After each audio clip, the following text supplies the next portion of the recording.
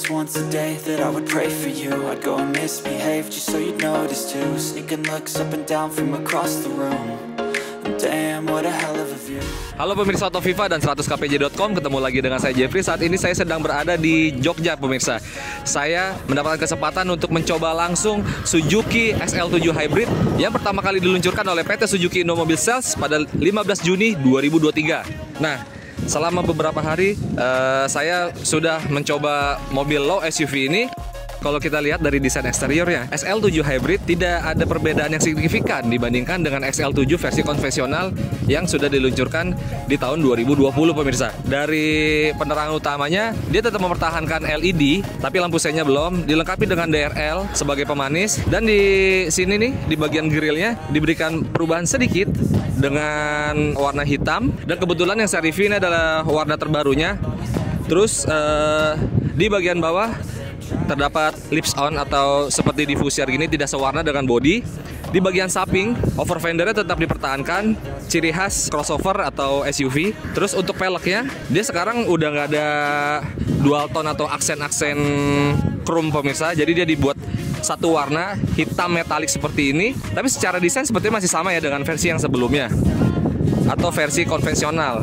Untuk peleknya ini dia menggunakan ring 16 inci depan dan belakang, dibalut ban Dunlop 195/60 pemirsa. Di bagian samping tetap terdapat roof rail untuk meletakkan barang-barang atau ya menjadi ciri khas mobil SUV lah. Terus spionnya dibuat tidak sewarna dengan bodi, begitupun dengan bagian atap dan bagian pilarnya. Bagian belakang terdapat spoiler Suzuki Sport, terus high mount stop lamp. Kaca belakangnya juga dilengkapi dengan defogger. Terdapat wiper belakang dan bempernya sepertinya agak sedikit perubahan dibandingkan XL7 versi konvensional pemirsa. Dia di sini letak si reflektornya dibuat berdiri. Di bagian bagasi belakang terdapat emblem hybrid dan kebetulan ini tipe Alpha pemirsa. Nah, sekarang gue udah di dalam kabinnya SL7 Hybrid. Suzuki memberikan aksen seperti wood panel, tapi bukan terbuat dari bahan serat kayu ya pemirsa. Di sini dibuat bahan metalik. Terus materialnya masih sama dengan XL7 yang versi konvensional, belum soft touch. Terus setirnya desainnya juga masih sama, dibalut bahan semi kulit. Nah, yang membedakan dengan versi konvensional dan kebetulan ini tipe tertinggi atau SL7 Hybrid Alpha yang transmisi matic, dia sudah memiliki cruise control pemirsa. Nah, cruise controlnya itu bisa berfungsi sekitar 40 km per jam sampai di atas kecepatan itu. Jadi di bawah itu cruise controlnya tidak dapat berfungsi pemirsa.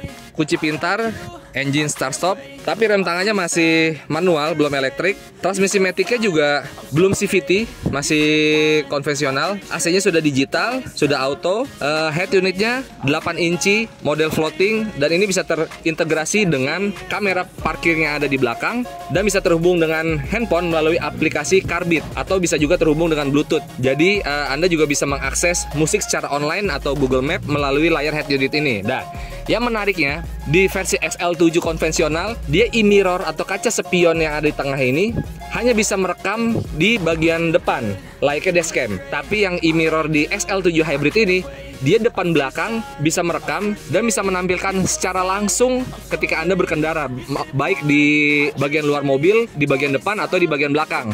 Dan ini juga sudah layar sentuh pemirsa. Nah, ini bisa kita rekam dan kita juga bisa matikan si e-mirror ini, jadi layaknya seperti spion biasa. Canggih.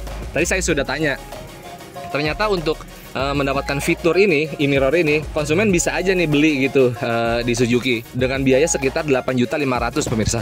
Segitu biaya tambahannya. Tadi di depan itu posisi berkendara saya dengan nyaman dengan posisi 175 cm. Sekarang saya duduk di bangku baris kedua. Decknya atau bagian lantai si SL7 Hybrid ini cukup pas untuk postur badan saya. Paha saya juga tidak mengatung. Dia benar-benar rapat dengan jok. Dan saya masih bisa selonjoran, dan ini nggak pegel nih untuk perjalanan jarak jauh. Terus ruang kepalanya juga masih lega banget. Dan di sini sebenarnya bisa untuk 3 penumpang. Dan di bangku baris tengah ada armrest, dan tidak ketinggalan ada fitur Isofix yang bisa Anda gunakan ketika bawa anak kecil atau ditambah dengan jok tambahan khusus anak kecil atau anak bayi. Cukup nyaman.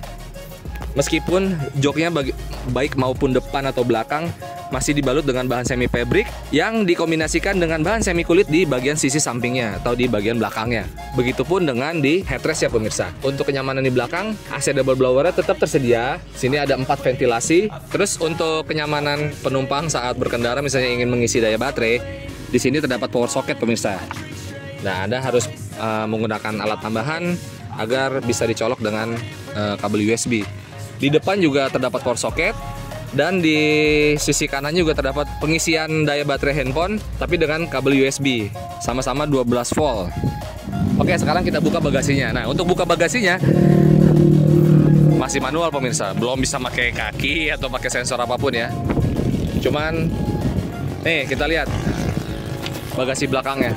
Cukup luas nih ketika kursi baris ketiganya yang untuk 2 penumpang itu saya lipat. Dia mendapatkan ruang yang cukup rata, tidak terlalu ada gundukan di bagian kursi saat dilipat. Terus di sini untuk space tire-nya atau ban cadangannya di dalam sini, termasuk kunci-kunci. Dan terus di bagian baris ketiganya juga masih ada cup holder 2. Nah, ini kalau kita angkat kursi baris ketiganya, caranya tinggal kayak gitu aja pemirsa. Nah, seperti ini posisi bagasinya ketika kursi baris ketiganya saya gunakan seperti ini. Nah, untuk melipatnya, nah tinggal pencet ini. Dah.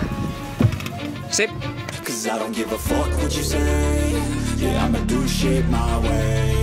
So you can go kick rocks, I'ma stack bricks up, build what I want to make. Yo, I got a lot of shit to say, so I'ma do this every day. I'll be writing things until I'm fucking buried in my grave. 6 feet. Tadi saya selama berkendara menggunakan SL7 Hybrid ini, saya merasa tenaganya sebenarnya nggak berbeda jauh sih dari yang versi konvensional. Karena ya seperti diketahui bahwa SHVS atau Smart Hybrid Vehicle by Suzuki itu hanya mengandalkan Integrated Starter Generator atau ISG yang menggantikan si alternator konvensionalnya. Jadi ketika mobil berhenti atau saat stop and go, secara otomatis si ISG ini mengalirkan daya listrik yang disalurkan dari aki berdaya 42 ampere sehingga mobil nggak perlu membuang bensin banyak-banyak nih saat stop and go atau ketika mobil dari kondisi diam mulai berjalan. Nah, begitupun dengan saat kita cruising atau berjalan dengan kondisi konstan. Tidaknya itu diklaim Suzuki dapat menghemat konsumsi BBM.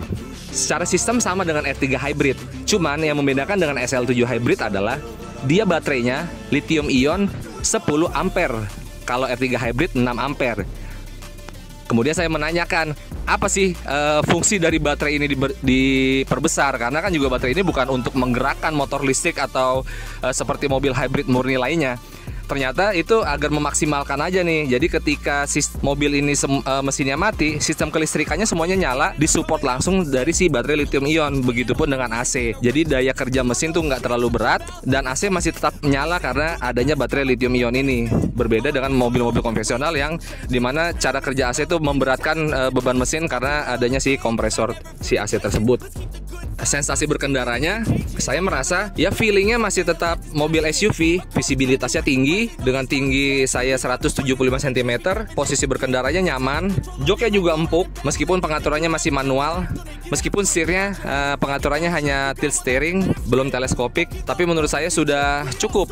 Visibilitas saya melihat di bagian depan, kap mesin juga masih bisa terlihat, bagian kanan dan kiri pemandangan saya juga saat berkendara cukup luas, jadi tidak masalah dengan posisi berkendaranya. Dan mobil ini tergolong nyaman. Bantingan suspensinya juga tidak terlalu keras, tidak terlalu empuk, cukup lembut. Tadi saya berkendara dengan jarak sekian ratus kilometer yang memutari Yogyakarta itu dengan komposisi 3 orang, saya dan 2 penumpang, di mana rata-rata berat badan kami itu di mobil ini sekitar 78 sampai 80 kg.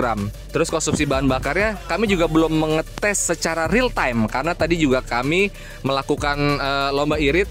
Jadi di sini konsumsi bahan bakar yang kami dapat 24 km per liter. Tapi itu tidak bisa menjadi acuan karena saya juga melakukan putaran gas dan putaran mesinnya itu menginjak pedal gasnya juga secara teratur, benar-benar direncanakan. Ditambah saya juga tidak menggunakan AC pemirsa. Jadi itu sebenarnya tidak bisa dijadikan acuan.